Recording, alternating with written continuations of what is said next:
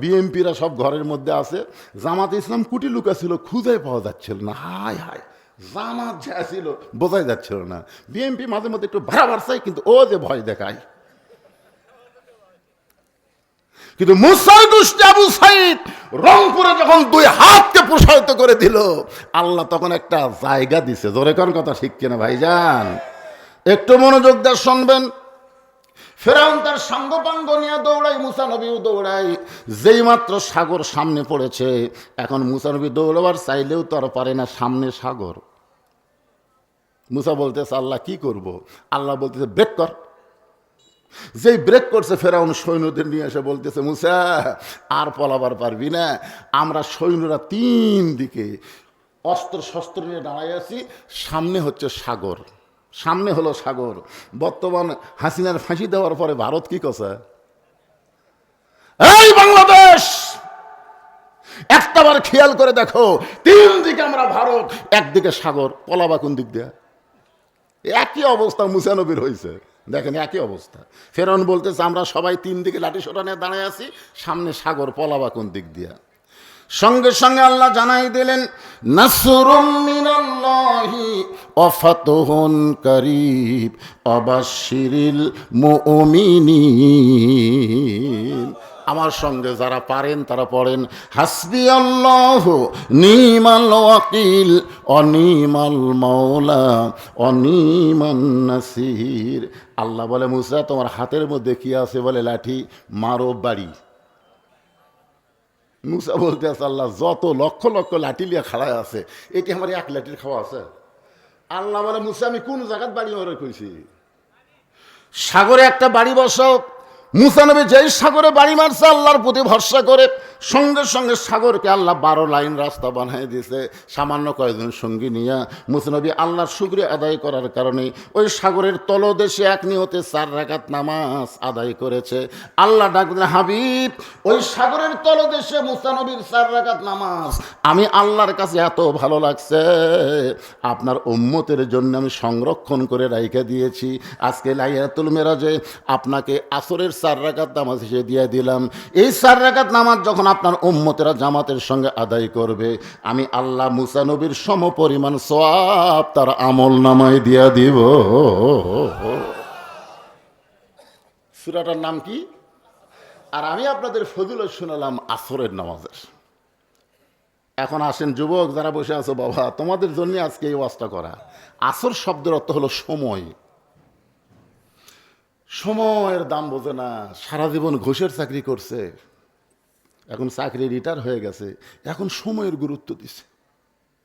নামাজ পড়ে কাঁদতেছে আর বলতেছে আল্লাহ আমি আর জীবনে ঘুষ খাবো না, আমি আর জীবনে ঘুষ খাবো না। 2 কান্দের ফেরেশতা আল্লাহ আর কান্দর থেকে আমরা লেখমুখী। আর যখন ঘুষের চাকরি ছিল তখনই সময় বোঝনি, তখন খালি সমানে 2 হাতে কামাই করছে আর খাচ্ছে, এখন চাকরি গেছে, এখন কান দিচ্ছে আর ঘুষ খাবো না। ঘুষ খাবার চাইলে আর পারবি?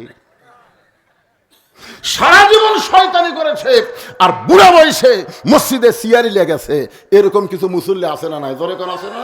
সারা জীবন শয়তানি করছে, যৌবনকালে নামাজ পড়েনি, এখন বুড়াকালে যারা 27 গুণ সওয়াবের জন্য মসজিদে গেছে, এরকে সওয়াবই ক্যান্সেল করে দিচ্ছে।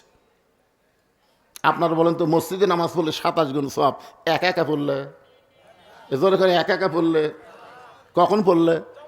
জামাতের সাথে নামাজ পড়ার নিয়ম কি? যার যেখানে খুশি খাড়া হবে না, কাতার সোজা করে দাঁড়ান লাগবে। কাতার সোজা করে দাঁড়াবার গেলে রাসূল বলেছেন পায়ের গোড়ালির সঙ্গে গোড়ালি মিল করে দাঁড়ান লাগবে। তাহলে যেই বেটা সিয়ারি লেগেছে এর গোড়ালি কোন জায়গা? তাহলে কোনো ব্যক্তির পায়ের গোড়ালি যদি সামনে যায়, ওই কাতারে যত মুসল্লি আছে নামাজের সব পাবে, কিন্তু জামাতের সব পাবে না। জামাতের সব আদায় করতে গেলে 4 জন মুসল্লি এসে আর 4 সিয়ারের পাও ধরে কান্দর তোলা লাগবে। যেরকম খাটনি তোলে খাটনি মনে করে চেয়ারের পাও ধরে 4 জন ধরে বারান্দা থুয়ে এসে পায়ের গোড়ালি ঠিক করা লাগবে। কোনো ভাঙ্গা সুরা এরকম লোক জামাতে চলবে না। লা ইয়াকাল্লিফুল্লাহু নাফসান ইল্লা উসাহা।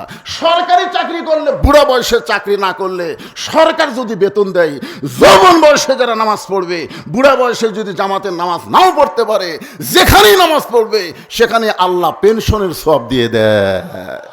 সুবহানাল্লাহ, জোরে কর না কেন? আসর শব্দের অর্থ কি? সময়। মিশে মায়াই বন্দি থাইকা করলাম কত খেলা, পশ্চিমে তাকায়া দেখো তোমার ডুইবা গেছে বেলা। কি বুঝতেছেন আমার ভাই, অজয় ভাই? আমাকে বেলা ডুবে যাচ্ছে ভাই, মন খালি চাচ্ছে বারে আর একবার কি কালো দাড়ি পাওয়া যাবি না। মুখের সামনে গরুর গোস্ত মুরগির গোস্ত কত দেয়, মন খালি কয় খারে খারে। ইমান বলতেছে ডায়াবেটিস বেড়ে যাবি রে, তোর খাওয়ার সময় শেষ রে, তোর সময় শেষ। আসরের নামাজের পরে মাগরিবের নামাজ যেরকম সময় থাকে না, আমরা যারা এখানে বসে আছি আমাদের অবস্থাও তাই। জোরে কোন কথা ঠিক কিনা? আপনি সত্যি করে বলেন তো ভাইজান, আপনি যে আজকে এই গোপীনাথপুর মাহফিল আইলেন, এখান থেকে বাড়ি যাওয়ার গ্যারান্টি আপনার আছে? এমন কোন আল্লাহর বান্দা আছেন সাহস করে বলেন হুজুর আমি বাড়ি যাবই, এইরকম একজন সাহসী লোক আছে? তার মানে কি বুঝাচ্ছেন যে এখান থেকে বাড়ি যাওয়ার গ্যারান্টি যদি না থাকে, তাহলে মাগরিব এশার নামাজ বাদ দিয়া যেই যুবকেরা ওয়াজ শুনতেছে এর কে খবর কি? কেন যুবক এই দুটা কে উঠলো রে, এখনই নিয়ত করেন, এখনই ওটার যদি নিয়ত থাকে এখনই যান। কদ্দূর পর্যন্ত আপনি যাবার পারেন আল্লাহ দেখবি। জোরে কোন কথা ঠিক কিনা? কদ্দূর পর্যন্ত যান। মোটর সাইকেল নিয়ে বলতেছে ভাই এখন বাড়ি যাচ্ছি, যা। গোপীনাথপুরের রাস্তা তুলতি ওইদিকে ভুটভুটি মারা দিতে বাড়ি যাব, তোকে হাসপাতাল যাওয়া লাগবে। জোরে কোন কথা ঠিক কিনা ভাইজান? সময়ের গুরুত্ব আল্লাহ দিয়েছে, এই জন্য শুনছেন আল্লাহ সময় অত্যন্ত গুরুত্বপূর্ণ একটা সাবজেক্ট। সেই সময়ের শপথ করে আল্লাহ বললেন ইন্নাল ইনসানা লাফি খুস, নিশ্চয় মানুষগুলো ক্ষতির ভিতরে। আদর করে মানুষ আল্লাহ বানায়া কেমনি দিবেন ক্ষতির মধ্যে ফেলিয়া। বোম মারছা?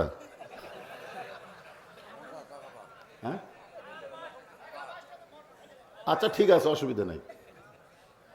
মানে তো এখানে সময় মোটর সাইকেলে যদি এখনই যাওয়া লাগতো, চাকা বাসটি রাস্তার মধ্যে পড়ে যেত। তোর ঠিক কিনা? হাই আহারে ভাইজান একটু খেয়াল করেন, আল্লাহ মানুষকে লক্ষ্য করে বলেছেন ইন্নাল ইনসানা লাফি খুসর, শব্দের অর্থ হলো নিশ্চয়ই মানুষগুলো ক্ষতির ভিতরে।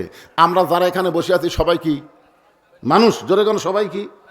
তাহলে আমরা কার মধ্যে? এ কথা কে বলছেন? কেন বললেন?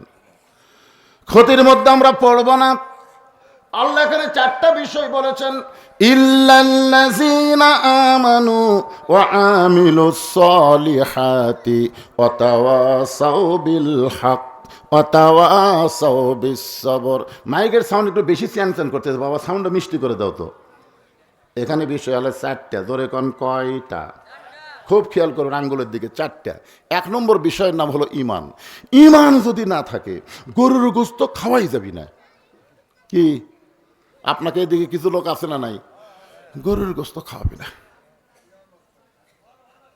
আপনার বলেন তো গরুর গোস্ত গোস্তর মধ্যে সবচাইতে ভালো, আর সেই গোস্ত খাওয়া যাবি না? আল্লাহ নিষেধ করছে। ঠিক বাবা